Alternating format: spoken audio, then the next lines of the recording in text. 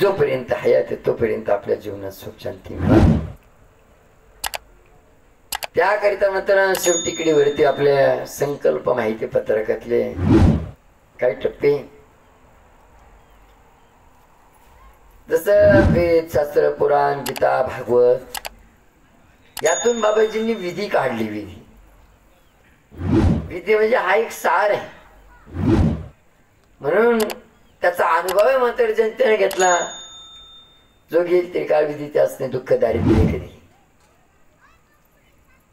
त्याच्या मुखी विधी जाणं तोची करा पुण्यवान. ज्याच्याकडे पैसा आहे तो सोनं घेईल, ज्याच्याकडे पुण्य तोच या विधीचा महिमा पाहिजे. तशाच पद्धतीनं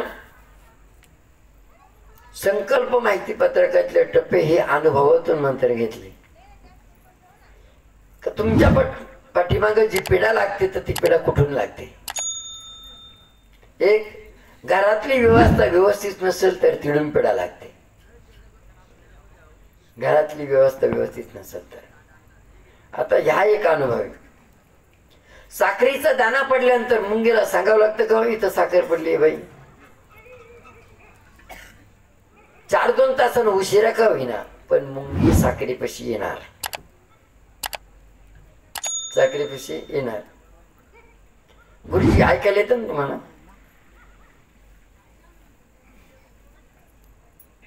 तर साखरेच्या दाण्यापाशी मुंगीला आमंत्रण देण्याची गरज नाही. तसं घाण पडली केर कचरा पडला, वाढताना जेवताना मुलं जेवताना खरकट पडलं तिथं माशांना आमंत्रण द्यावं लागतं का. साखरेचे दाणे पडले ना तर आपण चटकन मात्र साखर उचला मुंग्या होतील असं म्हणतो. खरकट पडलं खरकट उचला माशा होतील असं म्हणतो. बरोबर. तशाच पद्धतीनं शास्त्र पद्धतीनं तुमच्या घरातली व्यवस्था जर असली ना शास्त्र पद्धतीनं तर देवाच्या शक्तीला शोधायची गरज नाही. देवाची शक्ती तुम्हाला शोधत शोधत तुमच्या घरी येईल. आणि शास्त्राच्या विरुद्ध आता बा शास्त्राप्रमाणे जर तुमची घरातली व्यवस्था असली तर तसे तुम्हाला देवाच्या शक्तीला शोधायची गरज नाही. देवाची शक्ती तुम्हाला शोधत शोधत तुमच्या घरी येईल. जशी साखरीपाशी मुंगी येते तशी. आणि आसुरी शक्ती म्हणजे मात्र खरकट घाण केर कचरा हे जर पडलं तिथं माशा जसे आपोआप येतात. तर शास्त्राच्या विरुद्ध जर घरातली व्यवस्था असली ना आसुरी शक्तीला आमंत्रण देण्याची गरज नाही. आसुरी शक्ती तुम्हाला शोधत शोधत तुमच्या घरात येईल. मग आता शास्त्र पद्धतीने व्यवस्था कशी असली पाहिजे हे मी आता हा सखोल अभ्यास हे जर सांगायचं म्हणलं तो विषय लांबत जाईल. मग लवकर शिजणार नाही. शेंडे शेंडे कथडून लवकर शिजत. म्हणून आता फक्त एवढंच म्हणा का घरातील जागेतील मात्र कुठल्याही प्रकारचे दोष बाधा सुती नष्ट हो दूर हो पहिल्या टप्प्यावर. कारण की देवस्थान कुठं असावा ते पहिल्या मुद्द्यात आपण पहिल्या दिवशी सांगितलं. दुसऱ्या दिवशी 10 दिशांकडं कुठल्या प्रकारची व्यवस्था असावा हे 10 दिशांबद्दल सांगितलं. म्हणून मात्र अशा पद्धतीनं घरातली व्यवस्था कशी असो पण आपल्याला म्हणायचंय घरामध्ये कुठल्याही प्रकारचे दोषबाधा सुती नष्ट हो दूर हो. त्यानंतर दुसऱ्या टप्प्यामध्ये कळत नकळत आपल्याकडून एखादी वस्तू ओलांडण्यात आली असेल, एखाद्या वस्तूवरती पाय पडला असेल किंवा ती वस्तू पायाने ठोकरली असेल तर ती दोषबाधा नष्ट होतो. आता तुम्ही शिवटिकडीवरती नारळ ठेवल्यानंतर ना थोडी चूक होती तुमच्याकडून. आपल्याला पिढा नेमका आहे कशी, पिढा सुरुवात झाली कुठून हे तुम्ही स्वतः पाहू शकता. अंगात येणारा बाबा नाही सांगणार तुम्हाला. हे तुझं आहे, तुझं पैशी परी तो जागा चकलाशी आपला आपल्या जवळ काही कोणाला विचारायची गरज नाही. तर तिथं तो मुद्दा जो आहे ना तो मुद्दा आहे कळत नकळत आपली कोणी एखादी वस्तू ओलांडली, एखादी वस्तूवरती पाय पडला असेल किंवा ती वस्तू त्या पायाने ठोकरली असेल, ती ध्वजबाधा दूर हो. हा मुद्दा कुठं चालतो? हा तुम्ही जर जेवण करून जर तुम्हाला झोपावं वाटत असेल, अंगात तरतरी नसेल, उत्साह नसेल, तर हा मुद्दा चालतो. जर समजा तुम्हाला डावी किंवा उजव्या बाजूने जर तकलीफ होत असेल ना, समजून घ्यायचं, उजव्या बाजूने जर तकलीफ होत असेल तर उजव्या बाजूचा पायात एखादी वस्तू ओलांडली म्हणा, उजव्या बाजूच्या पायानं ती वस्तू ठोकरली किंवा उजव्या बाजूचा पाय त्या वस्तूवरती पडला असेल, म्हणूनच मात्र ही पीडा लागली. उजव्या बाजूचा पाय, उजव्या बाजूची टाच, उजव्या बाजूचा घोटा, उजव्या बाजूची पोटरी, गुडघा, मांडी, कंबर, उजव्या बाजूचा हात, उजव्या बाजूचं बोट, ही मनगट उजव्या बाजूचं, उजव्या बाजूचा कान, उजव्या बाजूचा डोळा, उजव्या बाजूचं डोकं, उजवी बाजू समजते ना तुम्हाला? नाकाच्या शेंड्यापासून मात्र उजवी डावी बाजू. ज्या बाजूने तुम्हाला तकलीफ होत असेल तर त्याच बाजूच्या पायाचा उल्लेख करा, तुम्हाला आराम वाटेल. तुम्ही फक्त तिथं जसे तिथं तेच वाचित बसते. एक पुढं म्हणतं, त्याच्या पाठीमागं मागं म्हणतं घरातल्या जागेतली ध्वजबाधा जावा असं सांगावा, ते म्हणतं घरातल्या जागेतली ध्वजबाधा जावा असं सांगावा. कोणी सांगायचं आता? देवाला सांगायचं का? म्हणजे पुढं म्हणणारा तो म्हणतो घरातल्या जागेतली ध्वजबाधा जावं असं सांगावा. तो माणसाही म्हणतो घरातल्या जागेतली ध्वजबाधा जावं असं सांगावा, मग कोणी सांगायचं?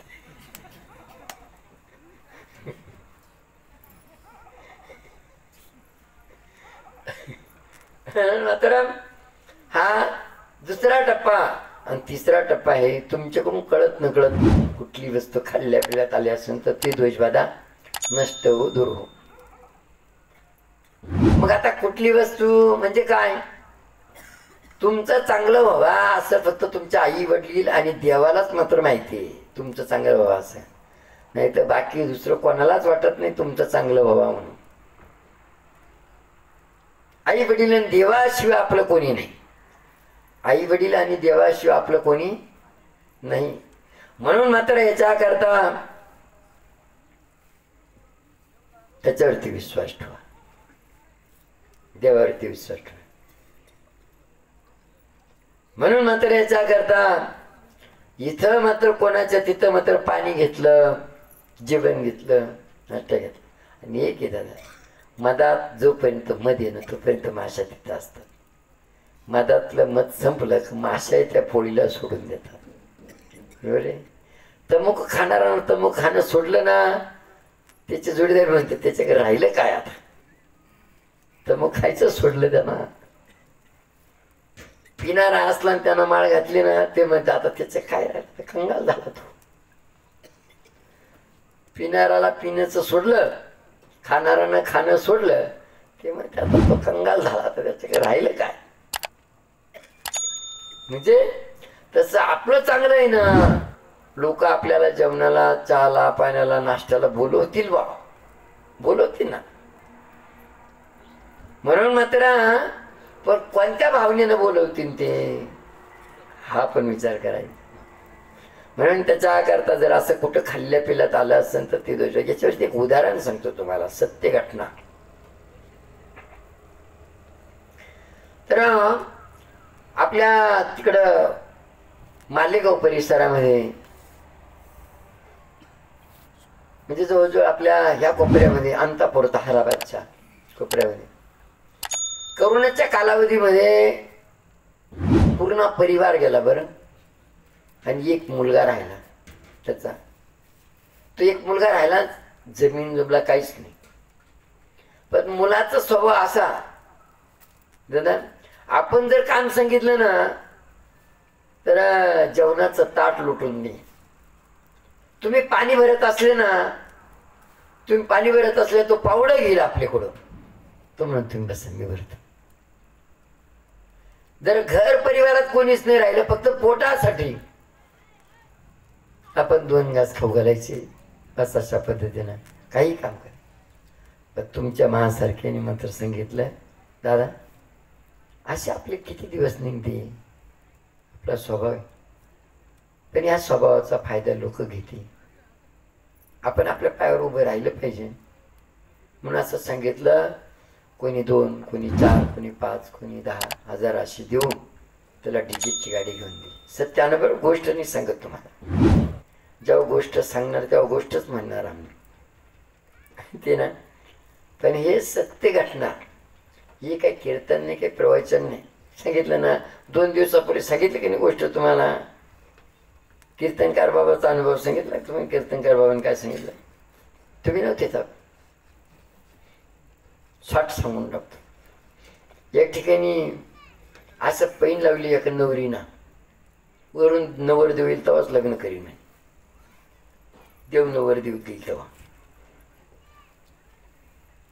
पण विश्वास किती हो, विश्वास तुम्ही येडे झाली का म्हणजे.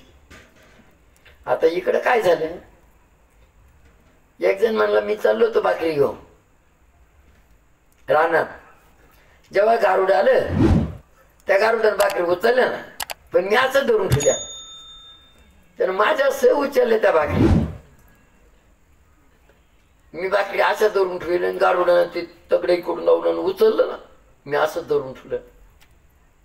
मी खाली पाहायचो, आता नाही कुडी उडी मारावं, कुडी उडी मारावं बा. त्याला गर्दी दिसली म्हणे, मला असं वाटलं इकडं उडी मारली ही लोक चिडून घेते, मारली उडी. मग तिला उडी मारली, मग काय विचारता म्हणे भाऊ, जलून तर घेतलंच पण लगेच शेवंती.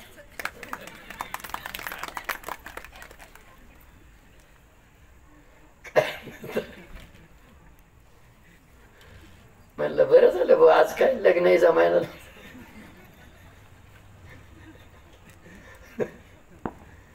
तर म्हणून अशा पद्धतीनं ती गोष्ट आहे, उदाहरण आहे. पण हे सत्य नाही. विनोदाचार्य तिथं अनुभव आहे.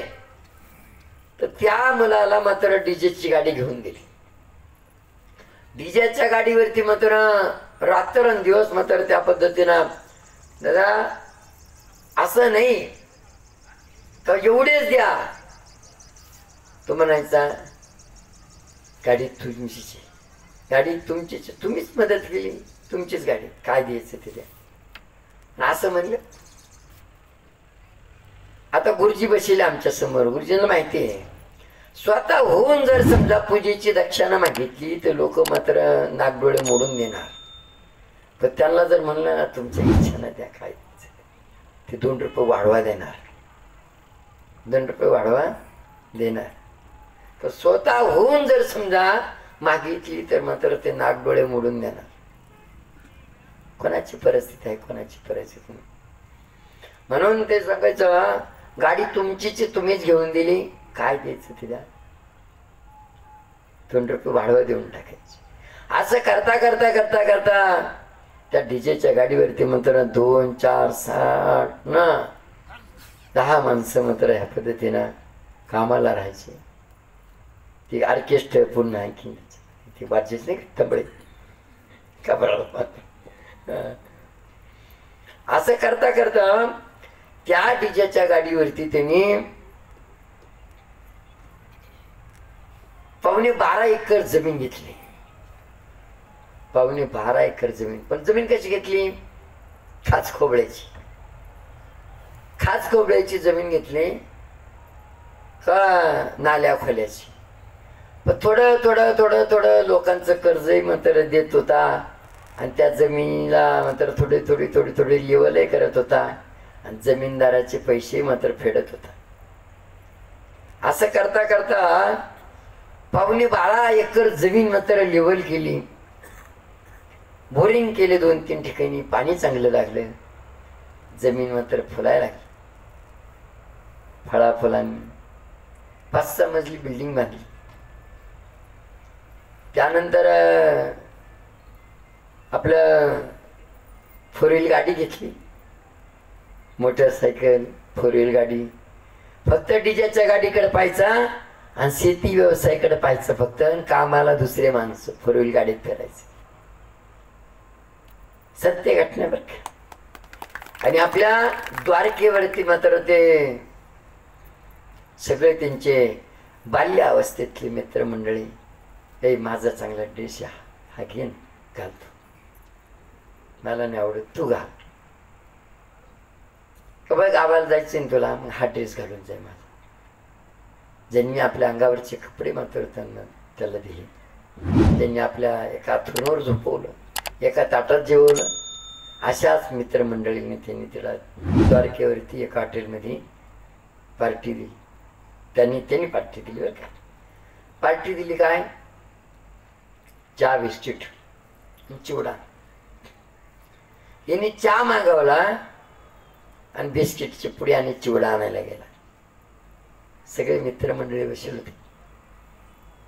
तिकडून बिस्किटची पुडी आणि चिवडा आणायला उशीर झाला, तोपर्यंत चहा आला. यांनी त्याच्या कपामध्ये काहीतरी टाकून दिलं, मी कप त्याच्याकडे सरकून दिला, तुझ्या खुर्चीवरती बसणार. त्याने ते बिस्किटची पुडी आणि चिवडा आणला. आता ते काय तिथं ठेवलं मात्र प्रत्येकाने आपला आपला पुडा फोडला, बिस्किटचा बुडवलं आणि चाल. याच्या कपामध्ये मात्र वरती याचं काळं काळं होतं. त्यांनी मात्र कचरं पडलं असं म्हणून असं नखानं काढलं नसं शिपडलं, तर ते काय मात्र नखानं काय निघा ना. आता दुसरी जर बिस्किटची पुडी फोडून चहा बिस्किट खातायत, यांनी पण मात्र तशा पद्धतीने सुरुवात हे झालं. तिथून मात्र कधी गेले तर तुम्ही पहा, द्वारकेवरून नाशिक रोडला जाताना घंट्या मसुबाई घंटे बांधलेले, खूप घंटे बांधले, घंट्या मसुबाई. तर खाल्ल्यांच्या साईडनं मात्र एक वडाचं झाड आहे. बहुतेक आम्हाला असं वाटतं ते रस्त्याच्या मध्येच वडाचं झाड आहे काय करून, त्याचं दोन्ही बाजूंना रस्ता आणि मधून आहे वाटतं. तर त्या वडाच्या झाडाला गाडी ठोकून दिली, वडाच्या झाडाला गाडी ठोकून दिली. मग तेवढंच झालं फक्त. तिथून पुढं डॉक्टर वैद्य करता करता करता करता 2 माणसं त्याच्या हात धरायला राहायची, 2 माणसं त्याच्या हात धरायला राहायची. बाबाकडे घेऊन जाणं, डॉक्टरकडे घेऊन जाणं, हे करता करता करता करता 12.5 एकर जमीन गेली. बरं, जमीन गेली, डीजेची गाडी गेली, 4 व्हील गाडी गेली, 5-6 मजली बिल्डिंग गेली, मोटरसायकल गेली. त्या टायमाला खायला येजीत झालं. अंगावरचे कपडे राहिले, अंगावरचे कपडे राहिले. तर जोपर्यंत गाडी होती, शेती होती, डीजेची गाडी होती, 4 व्हील गाडी, शेती, बंगला होता, तोपर्यंत लोक मात्र त्याचे दोन्ही हात धरून मात्र त्याला घेऊन जात होते पुढे. आणि अगोदर सांगितलं तुम्हाला त्याच्या पाठीमागं कोणी नाही. तर जेव्हा मात्र सगळं गेलं ना, त्याच्याजवळ कोणीच नाही. एकदम म्हणजे अशा पद्धतीनं झाला तो. असं चालताना ते कशी जोखंडे द्यायचं, तो दारू पिल्यासारखं करायचं. परंतु आपल्याच मात्र भक्तांनी एक जणांनी मात्र त्याला शिवटिकडीवर ते घेऊन आले. संकल्प नारळ ठेवलं, संकल्प नारळ ठेवून 5 सोमवार 2 प्रदोषच्या पुढं होऊन गेले. 2.25 महिन्यानंतर एक दिवस नंतर 2-2:30 वाजता आम्ही दुपारच्या वेळेस भेटलो त्यांना. दुपारच्या वेळेस भेटलं तर त्यांना विचारलं, दादा झालं कसं काय? तर मग त्यातून त्यांनी खरं खरं सांगितलं. पण आम्ही विचारलं ॲक्सिडेंट झाला ते आठवलं त्यांना. तिथं मोटरसायकल ठोकून दिली, तिथूनच मात्र असं झालं. पण मोटरसायकल ठोकायला सुद्धा काहीतरी कारण असलं पाहिजे. म्हणून तुम्ही नेमकं तू कुठं होता, कुठून गेला होता, तिथं काय होतं असं विचारलं. त्यावेळेस ते म्हणलं मी माझ्या मित्रांना पार्टी दिली आणि ती पार्टी झाली ना, मी तिथून गेलो. पण आम्ही सखोल विचारलं पार्टी दिली, नेमकं पार्टीत काय दिलं? पार्टीत जे दिलं बा त्या वस्तू येईपर्यंत तू होता का तिथं? ते म्हणलं बा मी चहा मागवला, ते सगळे बसले, मी बिस्किट चिवडा आणायला गेलो. त्यावेळेला चहा येईल होता का? तर चहा येईल होता. त्यावेळेला तुझ्या कपात काही पाहिलं का? त्यावेळेस तू सांगितलं कपामध्ये काळं पडलेलं होतं घाल. मी काढायचा प्रयत्न केला पण ते काही निघलं नाही. म्हणून अशा पद्धतीनं सांगितलं त्याने नव्हे. मग आम्ही विचारलं, म्हणलं दादा तुम्ही ज्यांना पार्टी दिली ना ते तुमची मित्रमंडळी असे करतील का? वाटतं का तुम्हाला असं तुमच्या कपात नंतर अशा पद्धतीने काहीतरी टाकतील? म्हणला बाबाजी माझ्या जीवापेक्षा जास्त विश्वास त्यांच्यावर, माझ्या जीवावर नाही एवढा विश्वास त्यांच्यावरती, ते असं करू शकत. असा विश्वास आणि विश्वासाचा घात करणारे असे जेव्हा चांगलं होतं ना तर जवळचेच मात्र पाय मागं वाटतं. ती घटना झालेली तारीख मात्र पाहून त्यांना जी जी इच्छा होती ती इच्छा, दारू पिण्याची इच्छा, मांसाहार खाण्याची इच्छा, त्या वस्तू थोडं पाणी सिंदूर घेऊन जायला सांगितलं आणि तिथं ती पूजन करायला सांगितलं. त्यांनी ते पूजन केलं. दारूच्या बाटलीचं झाकण खोलून दारूच्या बाटलीचं अर्धी ओतून दिली, मांसाहारची भाजी ठेवली, दर्शन केलं, क्लिअर होऊन गेली. तर करोडाची इस्टेट गेली आणि एवढ्या विधी करून मात्र मिळाल. म्हणून मात्र सांगायचं हे कबा कळत नकळत कुठं मात्र खाल्ल्या पिल्यात आलं असेल तर ती दोष भात दिलो. आणि चौथा मुद्दा आहे, आपल्या घराच्या परिसरामध्ये 150 फुटाच्या अंतरामध्ये वड, पिंपळ, उंबर, आंबट, चिंच, रोय, बोर, बेलाचं झाड, काटेरी बाबूड, चिकाचे झाड म्हणजे पपई पण, हे झाड आपल्या घराच्या परिसरात 150 फुटाच्या अंतरात असेल ना, तुमच्या दुश्मनाला, तुमच्या शत्रूला तुमच्या घरात येण्याची गरज नाही. गुरुजींच्या घराच्या परिसरात ते झाड पाहिलं आम्ही, तेव्हाच त्यांना सांगितलं, तुम्हाला ते दादा सांगते पाहिलं सांगितलं. म्हणलं गुरुजींची परिस्थिती अशी झाली ना त्याला कारणीभूत आहे उंबराचं झाड, ते तर तुमच्या घराच्या बाजूला निघते का? याच्यामध्ये दैविक शक्ती आहे ते, म्हणून आपण पूजा करतो त्याची वाली. परंतु मात्र आपण रात्री काहीतरी मात्र बसून राहत नाही. बसून राहिलं तरी आपल्याला उशाला काही कोणी काही करून जाईल तरी आपल्याला कळणार नाही. लोक लय विचित्र झाले. तुमचं पाय मागे ओढायचं असलं तर तुमच्या घराच्या परिसरात वड, पिंपळ, उंबर, आंबट, चिंच, रोय, बोर, बेलाचं झाड, वड, पिंपळ, उंबर, आंबट, चिंच, रोय, बोर, बोरी झाड, बेलाचं झाड आणि काटेरी बाबूड, चिकाचे झाड म्हणजे पपई, या झाडाच्या साह्याने तुमचा पाय मागे ओढू शकते. तुमच्या दुश्मनाला, तुमच्या शत्रूला तुमच्या घरात येण्याची गरज नाही. आपल्या हद्दीत असलं तर काढणं योग्य. मग तुम्ही म्हणून आता उद्या लगेच काढूनच ठेवतो. आता उद्या काढून नाही चालणार, त्याला भाद्रपद महिन्यात आणि महाग महिन्यात काढता येत. या पद्धतीनं म्हणून आता याच्यामध्ये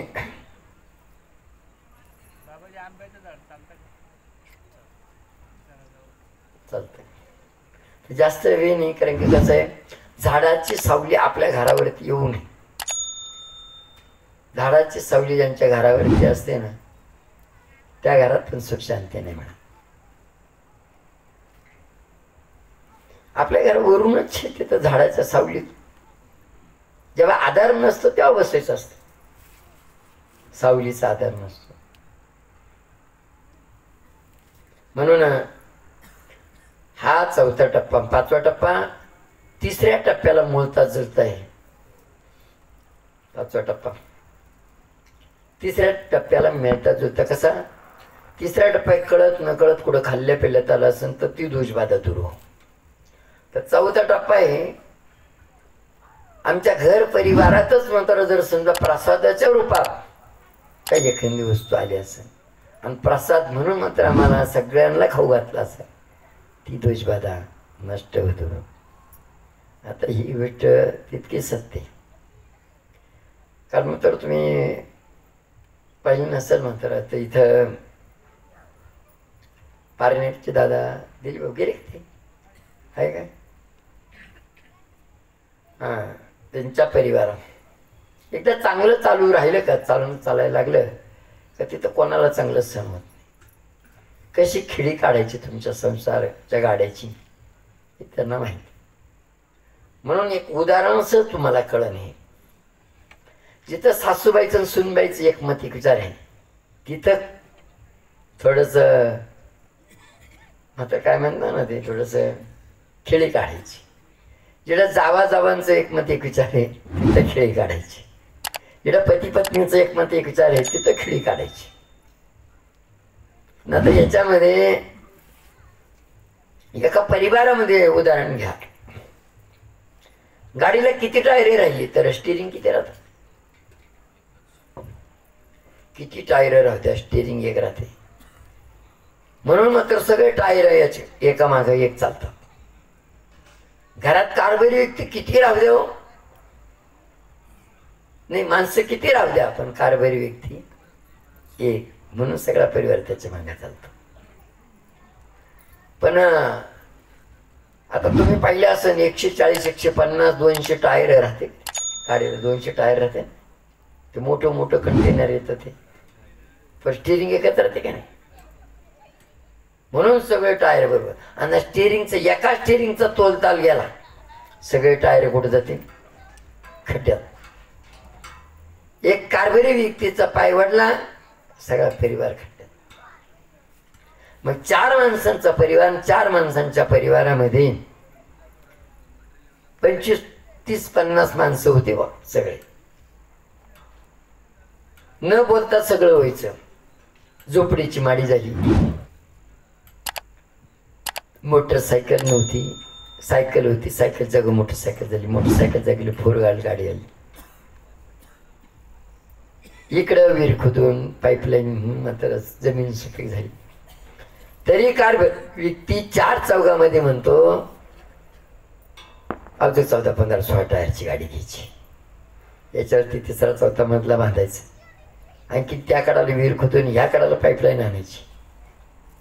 आता तिथं तुम्ही 4 चौघात म्हणले सगळे आशीर्वाद देणार नाही, यांची पाईपलाईन लवकर व्हावा, गाडी लवकर यावा, बांगला लवकर व्हावा, असा आशीर्वाद देणारे नाही. मग अशा वेळी मात्र काय काही असे कुर्दे असतात, म्हणजे जळणारे असतात. संसाराची व्यथा कधीच नाही संपणार ही कथा. संसाराची व्यथा कधीच नाही संपणार ही कथा. म्हणून मात्र काय सांगत होता मी,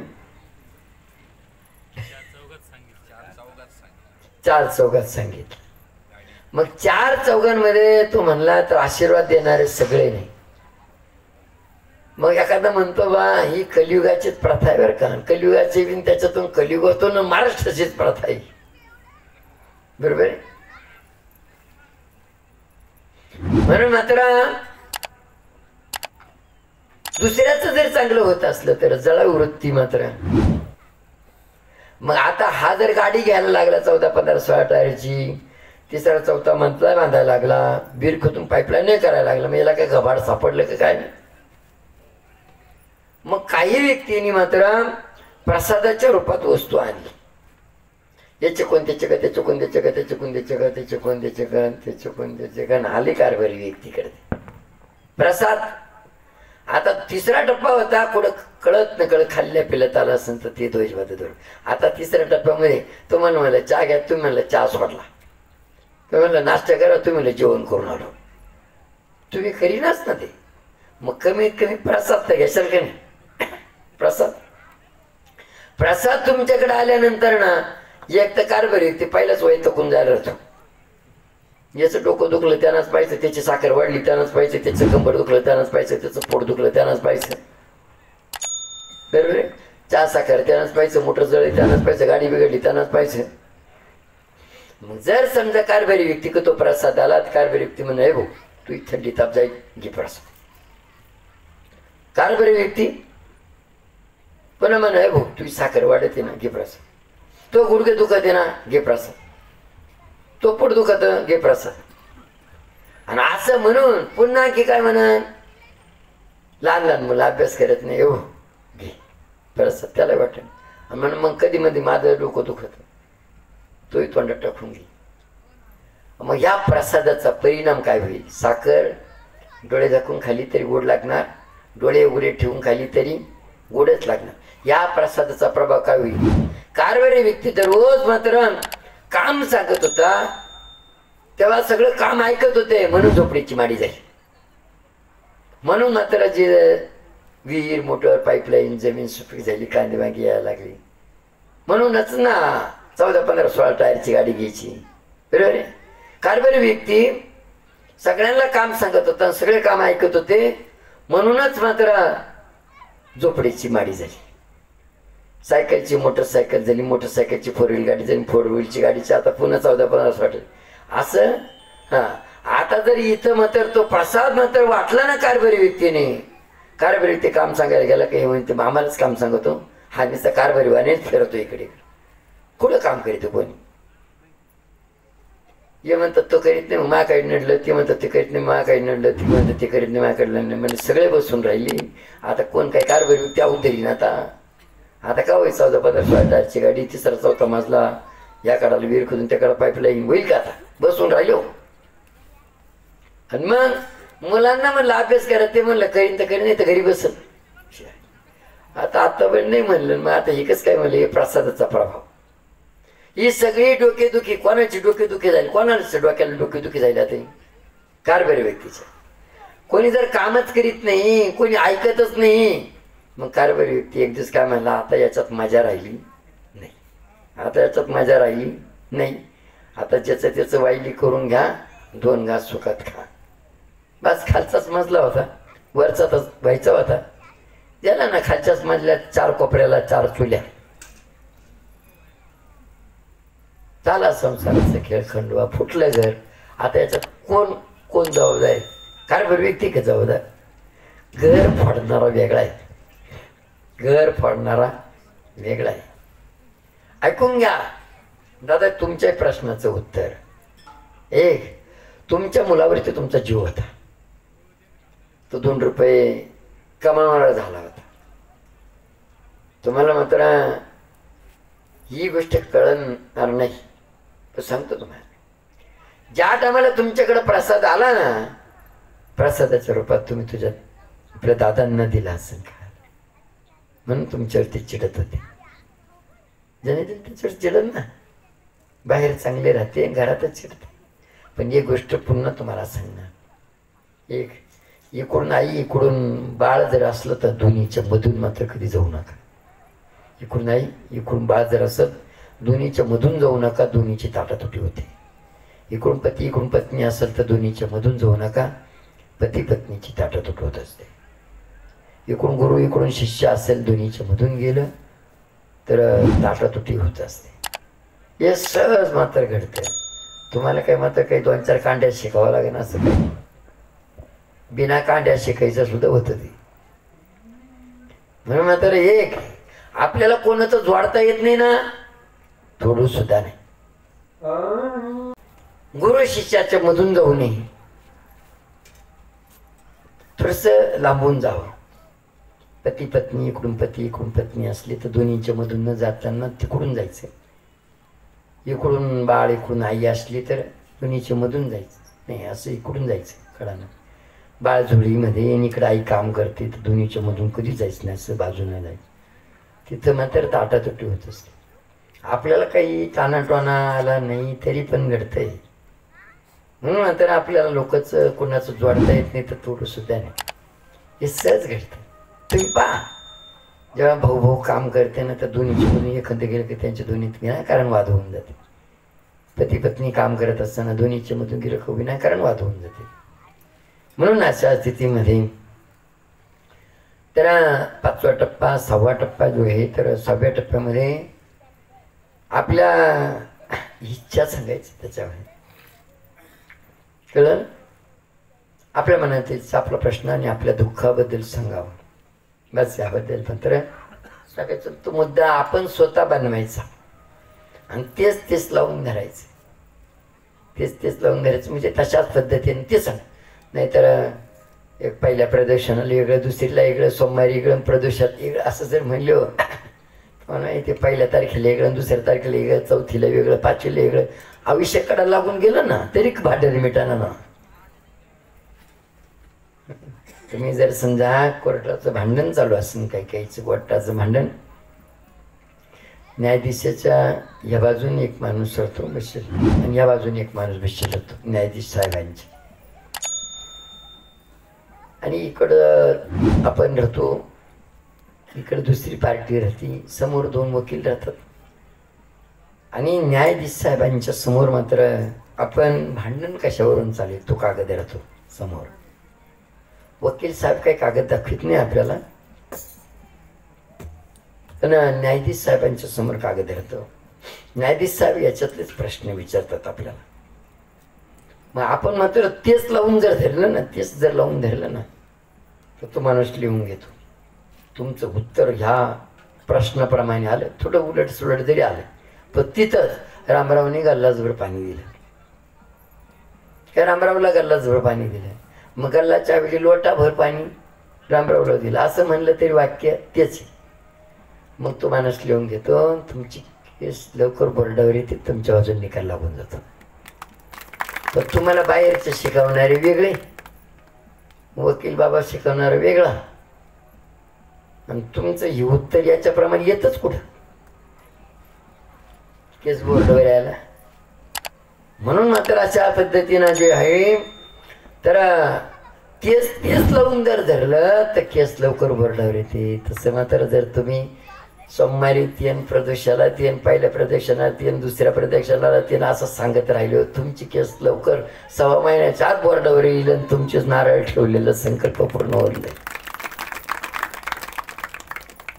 तर तीच चिठ्ठी वाचा. नाही तर म्हणजे आम्ही तोंडी सांगतो, काय तोंडी सांगायचे आता वेगळं, सोमवारी वेगळं, प्रदोषाला वेगळंच. ही केस चाल असं सोमवार किती गेले आणि प्रदोष किती गेली.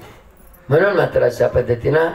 आणि 7वा टप्पा आहे, कळत नकळत कुठल्या प्रकारची अडचण नाही येताना 5 सोमवार 2 प्रदोष निर्दोषपणे शेवटीकडे दर्शनाची पूर्ण हो. बस अशा पद्धतीनं मात्र समजून घ्या. याच्यातली काही शंका असली तर मात्र नंतर विचारा.